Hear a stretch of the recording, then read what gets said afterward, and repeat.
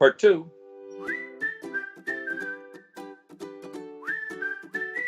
Shema, Israel.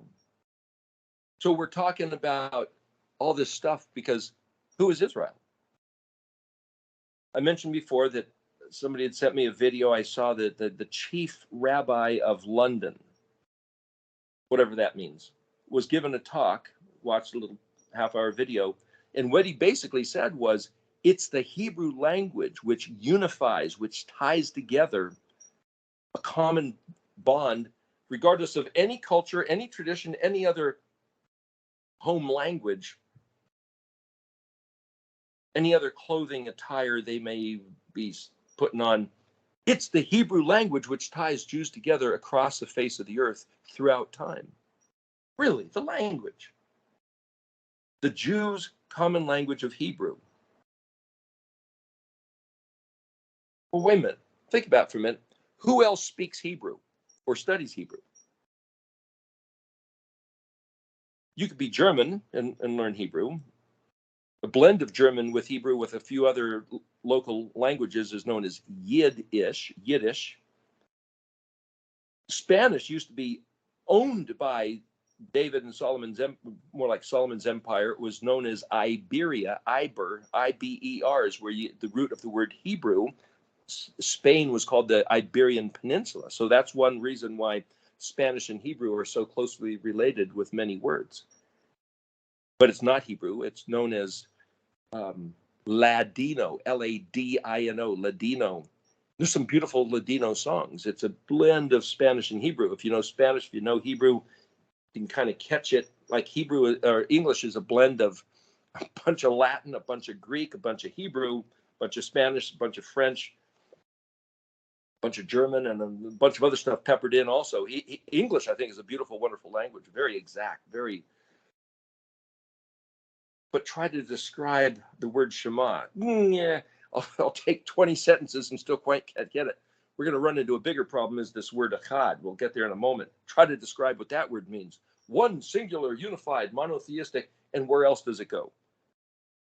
Well, that's the problem.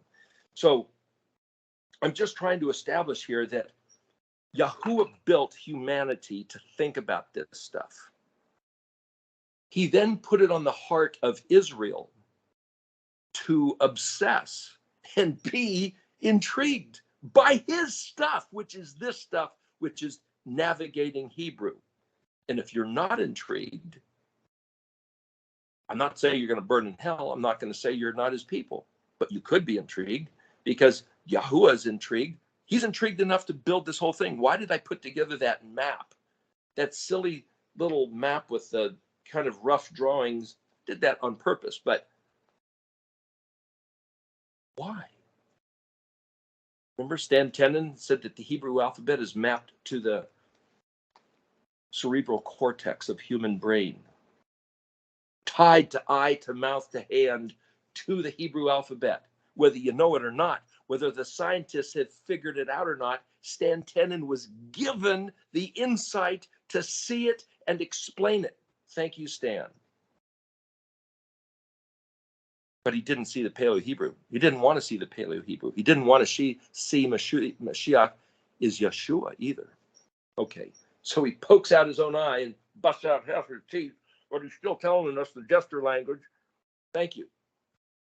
It's only when you can see Yahusha is the Mashiach of Israel, and that Yahweh gave this beautiful clarity in the Paleo-Hebrew, and that there's not just a refuge in the name Yahuwah, but if you understand why did he name himself Yahuwah, and you keep his day by participating in the meaning of the letters, by sitting down and not working on the Shabbat, then that's a portal, that's a door, that's a dalet of enlightenment that you'll never get any other way. So even Stan Tenen, this incredibly minded astrophysicist who spent at least 50 years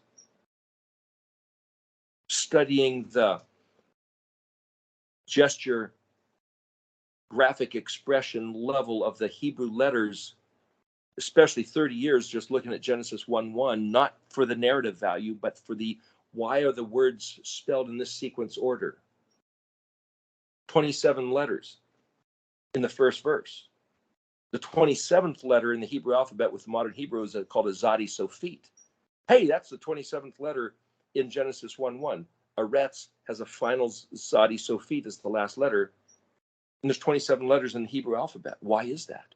Why do all three have 27? 27th letter, 27 letters in the alphabet, 27 letters in Genesis 1:1. Okay, something's going on. That's what kicked Stan Tenen in the head and started him on his entire study. And it all unfolds with astrophysical geometry. He was looking into the Zohar, Kabbalistic book, just telling you, and he was looking at other mystical books of other Hindu. I'm not doing that. I'm not going there. I'm not looking at any of that stuff. Listen to a few things from Stan. He's filtered through all that occultic, Kabbalistic, whatever. I'm looking at the geometrical unfurling that's in the Genesis 1:1 from his research. Is that good or bad? Why would the chief war god of the Vikings have himself lifted up? Is that good or bad?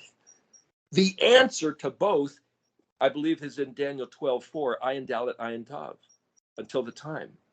Yoking the meaning of the Dalet, Ayin the Dalet, yoked with ironing the Tav. What's the Tav? The meaning of the letters, not just number, not just phonetic, not just how to spell words, not just a gesture.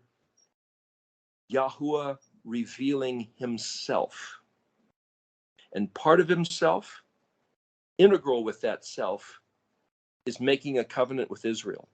The only people group on the face of the earth making a very particular, enduring, everlasting, as long as the heavens and the earth exist anyway, as long as time as we know it exists anyway, that's Israel. And if you're not that people, you may as well put this away. But you can choose to be this people. When it says Shema Israel, that's who he's talking to. He's not talking to a bunch of Jews. He's not talking to a bunch of people who live in the Middle East. He's not talking to people who happen to share the same language interest. Well, that's a good place to start. He's talking to Israel. Who's Israel? Well, Israel's the name that he gave to Yaakov, to Jacob. It means prince with L. The word Israel. Okay, so here, we're going to look at this real quick. There's 6 words in the Shema. Shema, Shin Mem Ayin. And it's written, interestingly enough, with an enlarged letter Ayin. The letter Ayin literally means appraise, assess, evaluate, look well to, balance exactly, weigh carefully, really attend. It's putting your focus of attention. Shin Mem, what's Shin Mem? That's the word Shem, which is translated name, place, renown, occupation. It's what you attend to with your attention of all your concerns.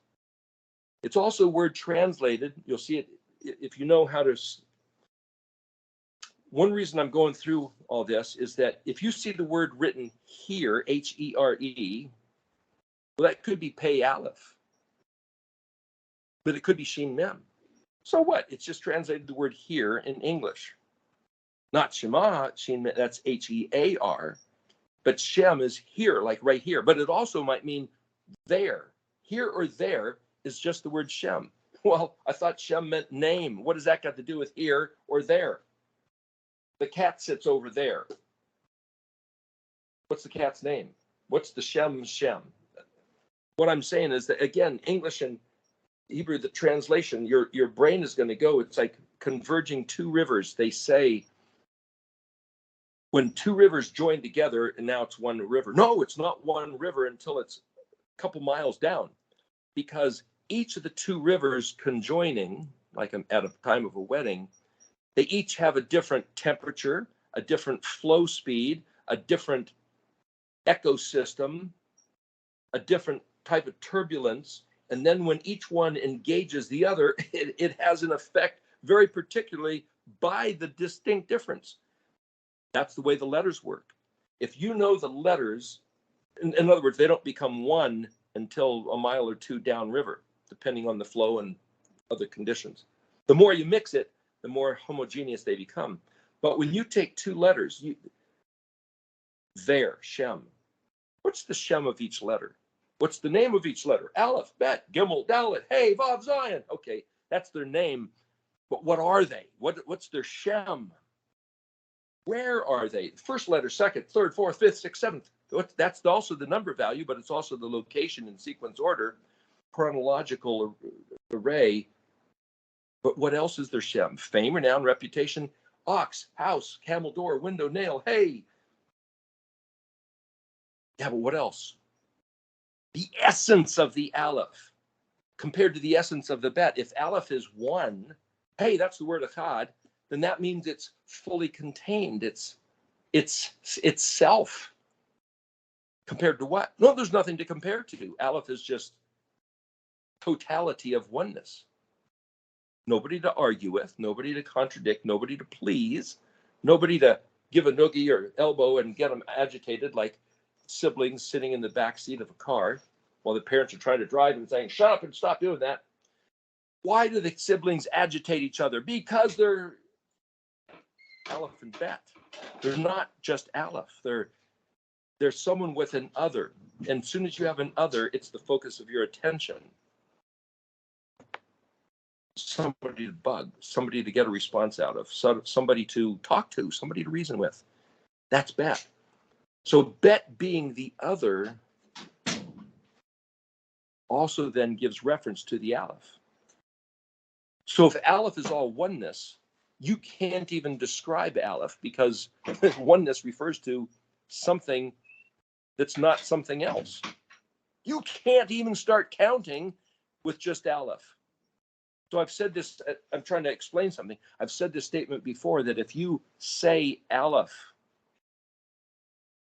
is Aleph, you've just put it into Bet format because Bet format means a noun, a body. It means number two. Number two is in reference to one. It means otherness. And so Bet used as a prefix letter means in, on, with, among, through, against.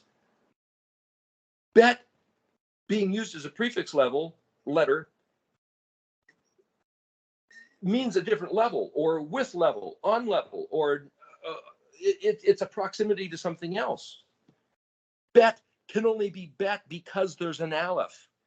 But Aleph, if there's no Bet, doesn't even know it's Aleph. And if you try to describe Aleph by saying what Aleph is, if you haven't disclosed there's a Bet yet, is meaningless.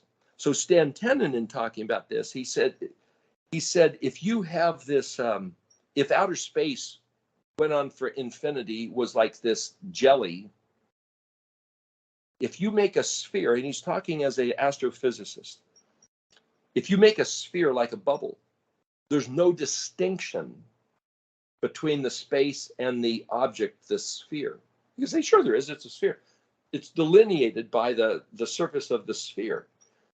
It's a bigger study, physics and philosophy, to explain why that's not true, but just telling you. He says, if you, though, turn the sphere into a donut, a smoke ring, where it can unfurl and turn like a smoke ring billows, leaving the hole in the middle, that's the smallest Occam's razor, the simplest geometrical, multidimensional format that can distinguish one thing from another.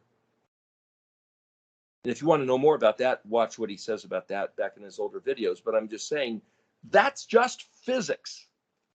And human scientists, philosophically speaking, rational thinking, moving things around with numbers and concepts, have determined that that's what it is. Maybe they're wrong.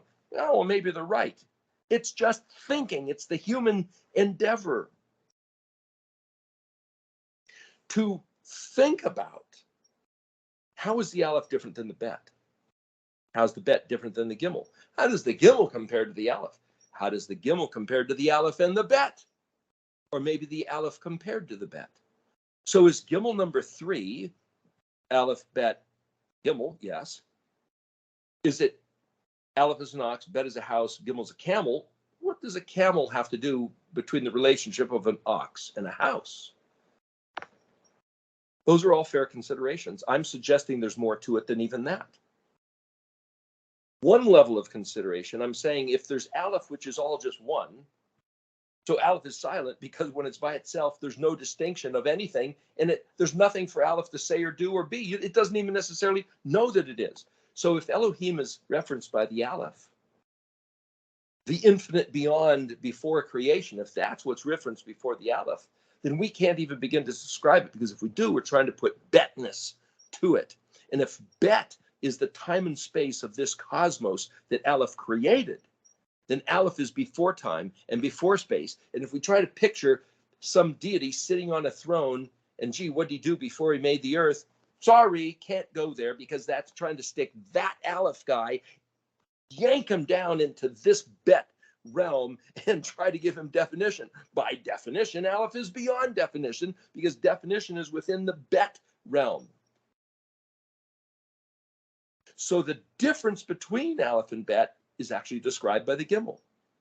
The gimel is drawn just like a hook shape. If you turn it this way, oh, that's a leg and a foot. This way, oh, that's a head and a neck. It's a yoke. Ayin dalet, yoke, hyphen is the way it's written, ayin tav, until the time. What's a yoke? Look in the dictionary, it says, well, aleph tav, the word spelled aleph tav.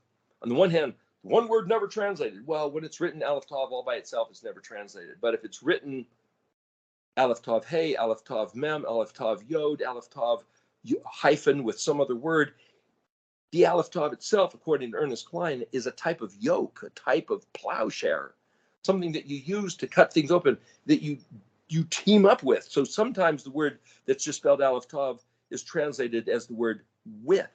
With is a yoke. Why is the aleph tav translated with if they tell us it's never translated? I'm trying to show you problems, and I'm trying to show you that there's answers to the problems, but you have to change your thinking. If aleph tav basically means with, then the letter bet means with. But the letter bet meaning with can only be in reference to the alphabetic letter sequences that it's number 2 and aleph is number 1. Even though when you use bet in a word, bet spelled bet yod tav is the word house. Doesn't mean with. Be yod, bet yodelet, with hand, be yod. Okay, now bet is a prefix letter. So you have to take the time to sit and analyze, reverse engineer the spelling of words, and try to wrap your mind around this. And I could go on and on. I'm not trying to bore you with stuff, but if you engage this game, this task, that's what you end up doing. Why? The first word, Shema, big letter ayin, it's drawn in large, Shem. Evaluate the Shem, evaluate the here and there, evaluate the what? That's right, aleph and bet, and the distance between them, the yoke tethering them is defined by the gimel. So if I say, hypothetically, that the gimel describes the tether, even drawn as a tether link, like a neck, like a leg, attaching the foot to the body, which attaches the body to the earth so that the body can maneuver around the earth. Hey, just like a camel, there you go. Bet is a house. It's the cosmos. The universe is our bet. Time and space, the dimensions where we inhabit, we, the living soul of the aleph, spark of individual consciousness, boom, given selfness, autonomy, inside the realm, the house of time and space, where we can then maneuver. How do we maneuver? By dalet. See, the next letter, and you can run through the whole alphabet this way, the next letter gives the answer to the problem posed by the fact that this next letter comes out of the previous letter. The entire alphabet is arranged this way. It's not just an arbitrary assortment that some cavemen plugged together and said, this will be a fishhook, and this will be a fish skeleton, and this will be a house and a camel and a door and a window and a sprout. Whoever thinks that, world-class intellectual scholars think that. I'm just letting you know. They have a whole world they've invented where they're quite comfortable and they think they've got it. But even the chief war god of the Vikings knew he was missing something. And only by Yeshua being lifted up on that crucifix, that rude, R-U-D-E, refers to this, a piece of wood, a rough-hewn piece of wood, whether it was a tree, whether it was a singular stake, whether it was a cross. It was lifted up on a crucifix and being nailed there with those vavs. Vav doesn't mean nail. It also means sixth letter, the masculine suffix, the masculine, the man who is nailed, attaching what? At least attaching hay to Zion. Oh, you can go on and on and on and on for hundreds, for thousands of hours. I know. I've done it. I'm just telling you what you can get into if you start shemaing the Shem of Israel, this burden, this occupation that Yahuwah has imposed on Israel. Yahweh, our Elohim. If Yahweh's not your Elohim, it ain't your game. Goodbye. You could choose to make it your game. And if it's your game, if it's your Haggah, your meditation, your thrill, your, wow, thank you, Yahweh. If it's your Kuf Nun Aleph, Yahweh, I can't remember the verse, but Yahweh says he is powerfully zealous about his stuff, and he's searching the hearts of men on earth to find somebody else who would choose to be passionate. Well, I just don't feel it yet. Choose to feel it. Ask him to feel it. When Ephraim in Jeremiah 31 says, bring me back and I will come back. Bring me back. Yahweh says, does any man lack wisdom? Let him ask for wisdom. And with your getting of wisdom, get understanding. That's the Shavah. That's the ice cream on top of the slice of pie. It all works. Beautiful. Brilliant. Genius. That's Gimel Aleph, Vav Nun. The attachment of Aleph to Bet, of Yahuwah to Israel, of Elohim to humanity, Adam, is this brilliant, beautiful connection. What kind of connection? What kind of Gimel? It's explained by Dalet. What's Dalet? Interesting, the shape of the Dalet is a triangle, kind of fits the shape of the human heart, kind of, sort of. The Lavav. Me'od, Mem, Aleph, Dalet. Mem, the place or the condition of your heart pondering. Aleph, silent letter, what is that? Well, that's the strong Dalet. What's Dalet? Is it your choice? Dalet's a door. Is it for you choosing? Well, Bet, we said, was a gateway or entrance. Your heart, Lamed, Bet, Lamed, Babel. But if Dalet's a gateway, he gave humans autonomy. If that's your Aleph, then every human that's born, that with consciousness, maybe even before you're born, who knows?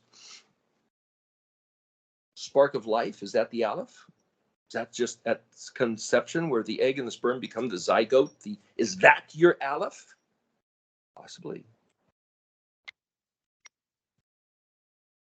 If that's the Aleph, who is then given Bet, and remember Bet, if you draw it in Paleo, it looks like this embryonic shape. Like a tadpole, the mind, the first cell becomes 2 cells, become 4 cells, become 8 cells, become 16 cells, mitosis, multiplying. That becomes the brain, becomes the eyeball, becomes the self, and then the backbone develops, and out of the backbone comes the arms and legs. There's your tadpole shape. That's the letter Bet, drawn in Paleo-Hebrew. That's why I draw it that way. And then that Bet gets the body, and the body becomes mobilized. That's Gimel. Once you're mobilized, you got to make some decisions. Hop in the car and turn on the key, and it starts rolling. Oh, which way? Do I hit the gas or the brake? Do I turn right? Do I turn left? Well, what do I do? That's your Dalet. Hey, I'll give you some inside information. Huh? What's that? Yes, I will give you some information. Outsource coming in. Dalet's looking around, and hey's the Torah. And it says, I put before you life and death. Choose life. Well, yeah, that's right. Your Dalet needs to choose life. Hey, that's the information. Once it chooses life, that's being pinned. That's being locked. That's engaging the transmission. That's engaging the pedal. That's your Vav. And then where you determine to stop, that's the Zion, cut off, boom. So here this Aleph through Zion, these first 7 letters is a consciousness. A consciousness. Dr. Jason Lyle, I looked at that. Kurt sent me. I looked at Trey Smith, and I've studied about philosophy and psychology and science of studying what is the spark of life. And even today, the greatest minds will not, because they can't define what is consciousness. Well, I know when I'm doing it. That's right. When your self is thinking, we call that consciousness. Jim Holt's book, Why Does the World Exist? He looked at that quite a bit. It was really interesting, I thought. Fun topic. He was saying, I think it was Jim Holt was saying, that everybody has a self trapped inside the body, trapped inside your head. And you can see out, but you can't see yourself somehow. You're always looking out. It's the way that Yahuwah built the human mind, the human being, the human consciousness. Yahweh built it, but we still can't see it. We can't look outside of it and define it. It's because our consciousness is our Aleph. And Aleph can only be referenced if you take it out of the Aleph state and put it into the Bet state. Oh, time and space. Now we can define it. Now we can get outside of it and look at it from all these different POV, points of view, and talk about it. But from within itself, Aleph is undefinable because it's Aleph. That's why Aleph in Hebrew is silent. You see, there's all these other messages of regard once you start looking at the letters and really getting into, once you really iron the Shem of each letter. Well, who's going to do that? Israel. What other language, what other people group claims Hebrew? Just the Jews. Why is that? Because only the people that call themselves Jews have any heartfelt regard of this language. Not anymore, boys. Step aside. There's 11 other tribes who lost their identity. They think they're Vikings. They think they're Japanese, Chinese, Russian, African, Australian. We've lost our identity. The 12 lost tribes of Israel. And what brings us back? Yeah.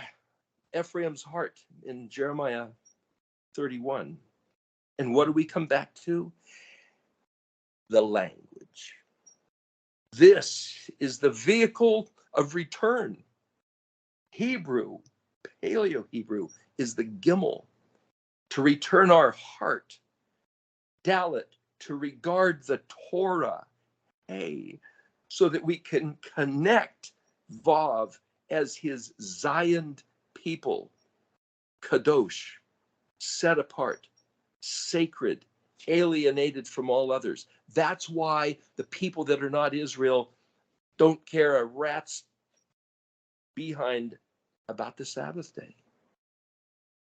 Well, the SDAs do, Seventh-day Adventists. They care about the Sabbath day, but they'll throw away the Moedim and everything else because, I don't know why, because I'm not going to even try to look for an excuse. It's just ridiculous.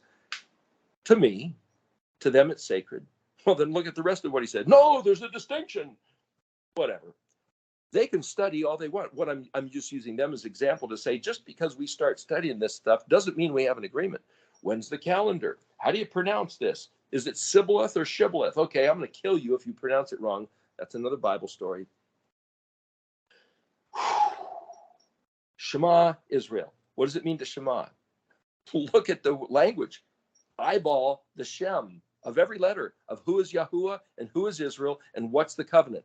Here, give a heartfelt regard and engage the action. That's Shema. Who is Israel? The one who will do this. If you don't want to do this, you might still be Israel. You could still be Israel. And if you don't engage this, you could still be a good Christian. You could be a good Jew. You could even be a good Buddhist or Hindu. I don't know. I'm not even going to go there. And I'm not even going to try to give definition to somebody else's heart. I'm looking at this. Yahuwah. Oh, he gives us the 4-letter name. I don't know how to pronounce that word. I was pondering one day in maybe it was 2006, 2007. My niece was going to go to Hawaii to the what do you call it? There's a certain school there where they YWAM school, and my mom had given me a ticket or something to go. It's like, wow, I get to go to Hawaii. That's like really cool. Hawaii, and I just started learning the phonetics of the Hebrew, excuse me, alphabet, and I thought Hawaii. I wonder how would you spell Hawaii? How would you spell that in Hebrew? Hawaii. Oh, there's 4 sounds. Ha, with actually 5. There's the H sound, then the A sound. Ha, oo, the U sound. Wa, there's the wa, ooah, and then there's E. Well, there could be alepphs in there. No, alepphs are silent. Well, it could be an ayin. That's kind of a vowel. No, that's kind of a ha. It's not ha, wa, ri. It's ha, wa, ha, wa. It's almost like the wind blowing.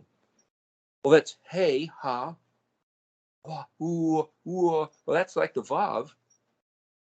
Ah, wah. That's another hey, e. Well, that's a yod. Wait a minute. That's yod, hey, vav, hey, backwards. Backwards? No. Left to right, it sounds like Hawaii. Right to left is like the wind blowing. Yahweh. Yahweh. Yahweh. Is that by accident? How did Yahuwah's name end up being the island of Hawaii, sitting out there in the middle of the Pacific Ocean? And then somebody else pointed out, hey, the word Iowa, the state right in the heartland of the USA, Iowa, same word. There was an Indian tribe called the Kiowa, Kiowa, and we as Israel should be like Yahweh. The Kaf is the prefix letter, means like. So Kiowa, Kiowa, Kiowa, is supposed to be Israel. We're supposed to be like him. Same heart, same enthusiasm, same language, same righteousness, same goal. We are supposed to be Kiowa, an Indian tribe. Lost in translation. Shema Israel, Yahweh Eloheinu. That's who Israel is. Yahweh Echad. But see, the relationship between Yahweh and Israel is so kadosh, is so Zion, so uniquely spectacular that Yahuwah says Israel is his nachal, nun chet lamed, his inheritance, his heritage. What? Why? What do you mean? Yahweh's habitation, his Shem, is the heavens, the Aleph zone beyond explanation. How can Israel be his heritage? Heritage, bring it down to something. That's bad. Tie yourself. Hey, that's the yoke of Gimel. Tie yourself to Israel's heart? Dalit? What the heck? Hey, that's right. Hey, what the heck is going on? Vav. Yahweh has pinned his infinite, eternal future, his regard, his family, whatever he did for an eternity past before he made time and space in this cosmos by which to gestate, incubate an Israel birthing of a son, of a family out of this terrestrial time. Yahweh determined that after this earth time, this Eretz run, he would forever have Israel as his own possession. People who of their own heart would volitionally choose to walk in his ways and Shema his call, his voice, and do what he said, because of the zeal, the enthusiasm of seeing truth, the beauty of righteousness and truth. That's why Yahweh built the planet, was for that heritage, and that's Israel. The identity then of Yahweh is yoked to by the Aleph Tav to Israel, and the identity of Israel is yoked to Yahuwah, such that from the day he put this planet here and built Adam and communicated with him, eternity is going to be different after this time and space event than it ever was before. And Yahweh, the master of all composition, who could cause to be anything he wants to be, because the word Yahweh means prefix letter Yod, he will, Hey Vav Hey, cause to exist. He who could have made anything made this. And when physicists talk about multiverses, optional different variations of this universe, they're looking for a way to weasel around the excuse of not listening. I don't buy it for a moment, but I understand the logic of the possibility. I'm not even going to argue about that. But the reality is, this is the one we have consciousness of. So this is the one we grapple with. And Yahweh built this to find Israel, to let Israel find and determine for each individual self, I choose to be Israel. Not because you're necessarily born into the culture or born into the family or born into a people group, but because you choose to be Israel. And then this word Yahweh Echad. Well, this word Echad is the message of the whole thing. Shema, Israel, yeah, that's telling Israel to do something. Yahweh Eloheinu, that's identifying who it is we're talking about. But to say Yahweh Echad, suddenly this word Echad is the everything of the verse. And then when it follows, and you shall love, and ve'ahavta aleph tav et Yahweh Eloheka, Yahweh Elohim, with all your heart and all your soul, your nephesh, and with all your meod, madly. And you will think about these things in your own heart. You will hagah, and you will teach your children. And you will talk about these with your friends and your family. You will. This is the command. Discuss these matters. When you lie down, when you rise up. You see, that's all. Yourself is the inside part of the bet. Reaching out to the society around you, your children, your friends, your family, walking on the road, the doorpost of your gates, that's the bet opening up. So all these commands, you can see the letter bet. There's the brain, there's the spinal column, there's the inside esoteric, there's the outside exoteric. So the point is, the only way to do this, not the only way, but the only way to do this is for your bet to open up and reach out to Yahweh. There's the bet, there's the Aleph, yourself, bet opening up, Gimel trying to tether back to the heart of Yahweh, and he gave us his Torah by the means to do that. That's the Hey that we connect with, Vav. Okay, so I'm going to look at Aleph Ket Dalet as the word, and then I'm going to jump into the poster that we talked about. So if I look at Aleph Ket Dalet the way I looked at Shin Mem Ayin, Aleph Ket Dalet, Aleph first person self-referential, I will, so it's this volitional action. Aleph Ket is the word for brother. Brother. Ket Dalet is where in English we get the word hid, spelled H-I-D, which is to hide something as a puzzle. Yahweh Echad, I will hide as a brother. Yahweh Echad, Aleph, I will, Chet Dalet, hide, Aleph Het, brother. Hide as a brother. What? But Het is a fence. Well, to be brotherly is a type of fence.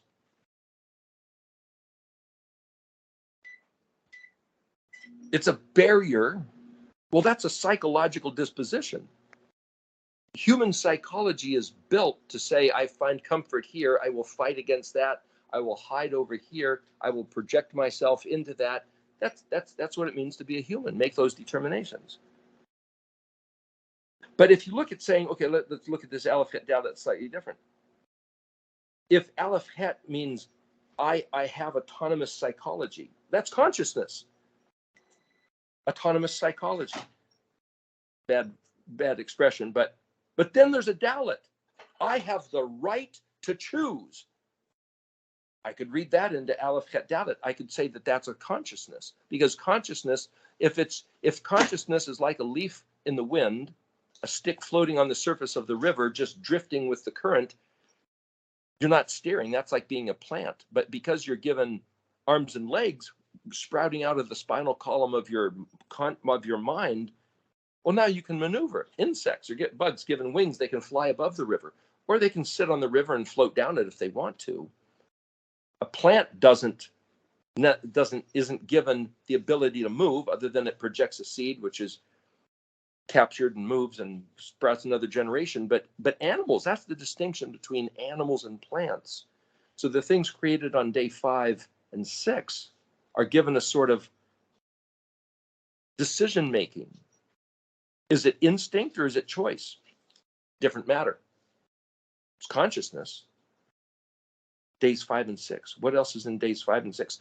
Lines up in the Mishkan pattern with the letters ayin and pei, which means to sprout a wing. Oof, it's the word bird. It's to sprout a wing to fly. Yeah, that's self-propelled through the time and space. But the letter dalet on the other side of the het is a place to make a decision. So if we're given autonomy and then we're given this heart to decide, well, that's what separates humans from animals. If what separates plants from animals is mobility and consciousness, they both have life, but animals have a certain type of consciousness and a way to affect by making determination. There's something about the heart to choose, which is what separates humans from animals, as well as then this use of language that we talked about. Is that Echad? Yahweh Echad. Well, Yahweh then, by definition of saying Yahweh Echad, he's the one who causes that to be. He invented it. He designed it. But I could also say Yahweh Echad. Now, this is going to get into dangerous ground here. If Yahweh is saying the word Echad, Aleph, Het, Dalet, as an expression of his Aleph, Aleph is a prefix letter, means I am or I will, then Yahweh Echad, I will Het Dalet? I will hide? I will hid? I will do something as a riddle. I'll do what is a riddle? I'm going to do something as a cosmic joke. I will do something as a kick your head cosmic profundity.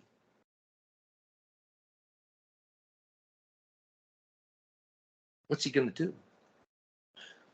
Yahweh Echad, Yahweh Aleph, Het Dalet.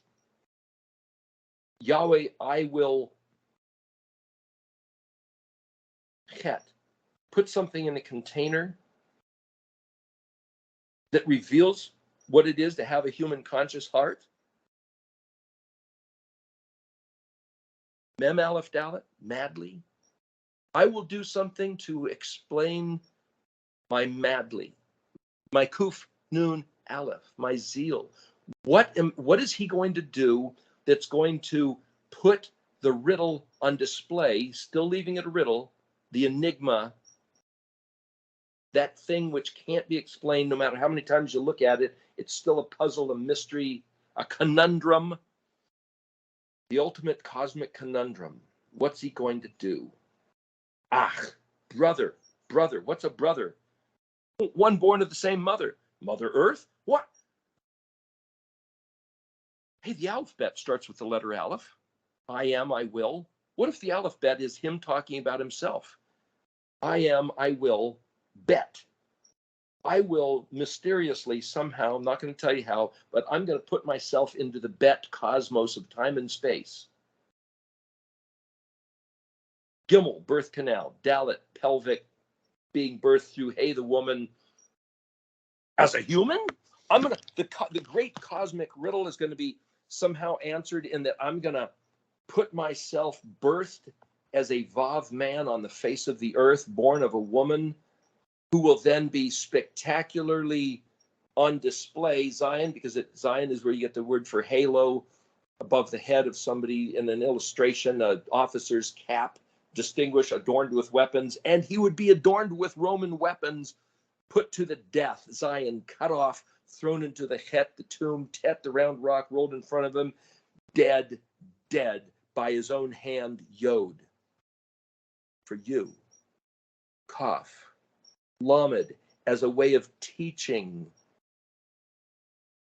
Mem, that from the depth of this death turned into a slurry of aqueous solution like a caterpillar in a chrysalis.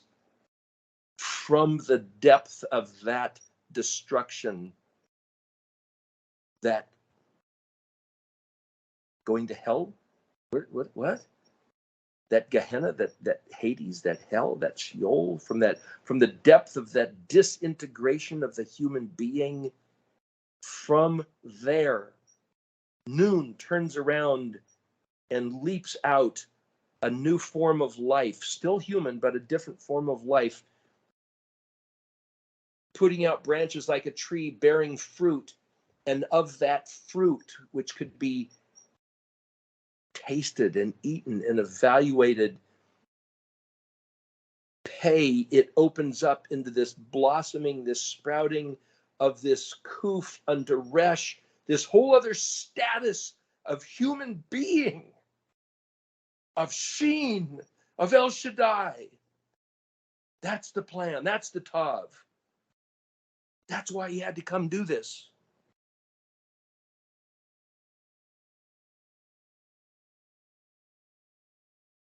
Is that the Dalit?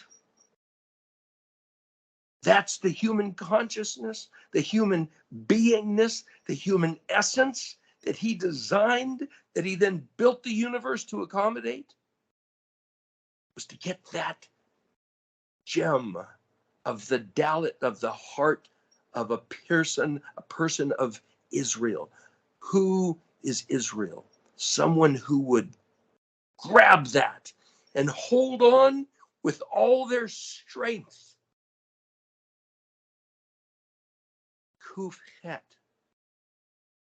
Seize, take hold, to get a glimpse of what it is and grab it with everything you got. That's what he wants. That's what we're doing. That's why we're doing this. Is that a chad? And how do we do that? If it's hidden in the riddle, synchronized to the letters of the alphabet, that the symbiotic relationship between Yahweh and Israel, such that the identity of one is absolutely yoked with the identity of the other forever. And this is so important to him that he said, if you listen to my voice, you get the blessing. And if you don't listen to my voice, you get the curse. The curse doesn't mean you're not my people. The curse doesn't mean you're done away with it. I'm just going to throw you all into hell. What the curse means is you're still my people because you're getting cursed because you're not listening to my voice. And even if you forget, I will do the remembering for you. That's what he said a few times. We talked about that a couple of weeks ago. Even if you forget, I'm going to do the remembering for you. It's still active. It's still valid. You're not just Vikings with some other name of a war god. You're my people, Israel, the tribe of Dan, perhaps, the tribe of Zebulun in ships, perhaps.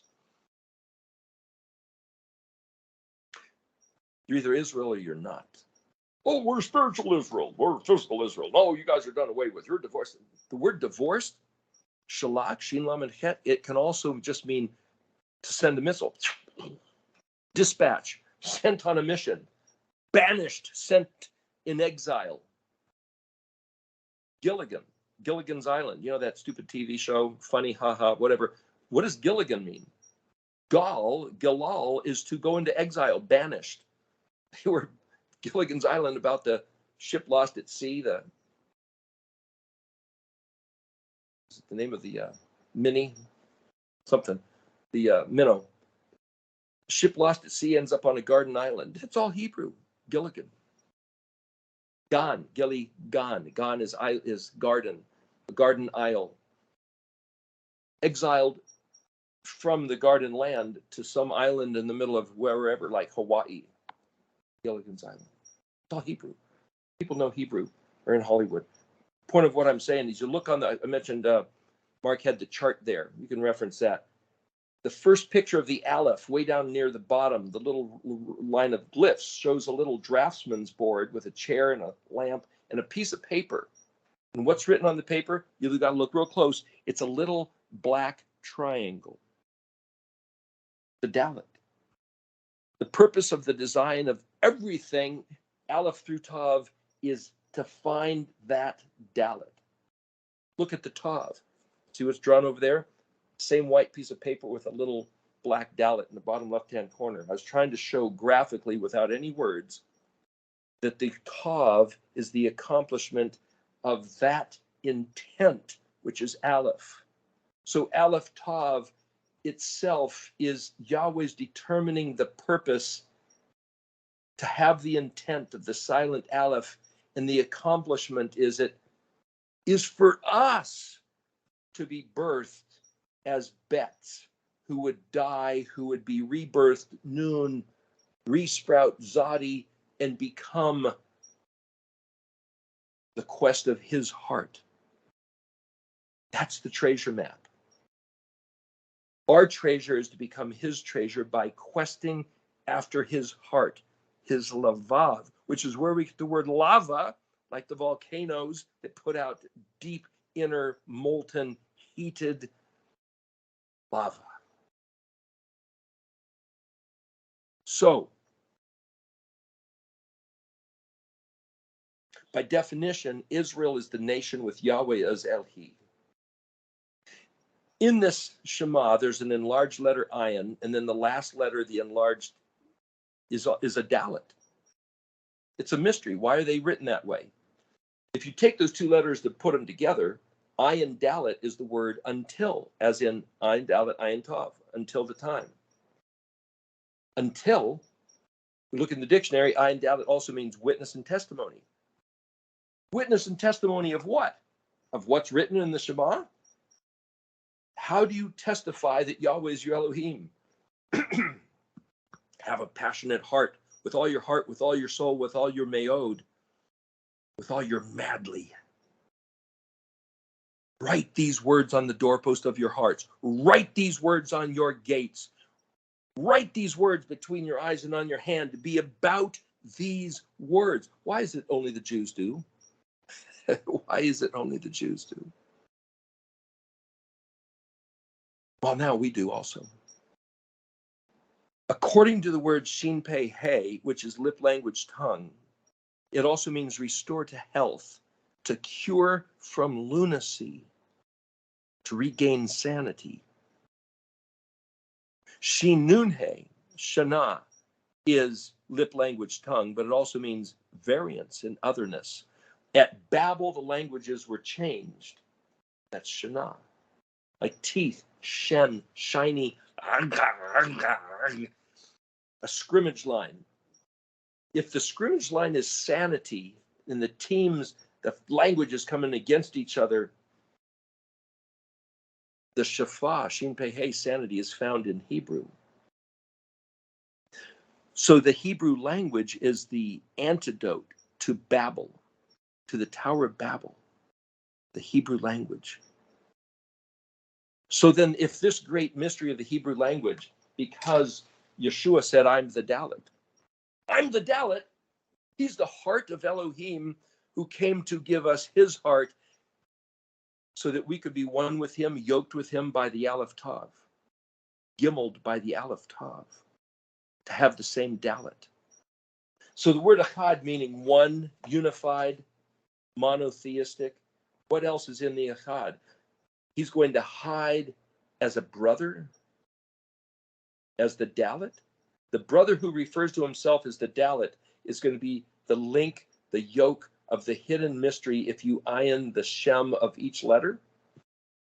Each letter meaning definition of the Brit, the covenant relationship between Yahweh and Israel. It's a conundrum. It's pieces of a riddle. So because the Jews disparage Jesus Christ and can't listen to a single word he said, because according to their fame and claim, the renown of Jesus Christ is an absolute worst infidel of all infidels. 5 minutes to go. Because the people who believe in Jesus think the Jews are all going to burn in hell for killing the Messiah. They don't want anything to do with the language. That's why only the Jews regard the Hebrew language. So the people who don't want to have anything to do with Jewish, one of the biggest labels of criminality that they can put on somebody is, you're a Judaizer. Okay. Going back under the law. Okay. You're done. You'll never find the answer to the riddle. You'll never understand Yahweh's heart. If you can't see that every letter is a beautiful gear wheel that builds the universe, a gem of his crown, that every letter in the Hebrew alphabet is a nuance, in essence, a piece of Yeshua. You know, back in the Middle Ages, they had so many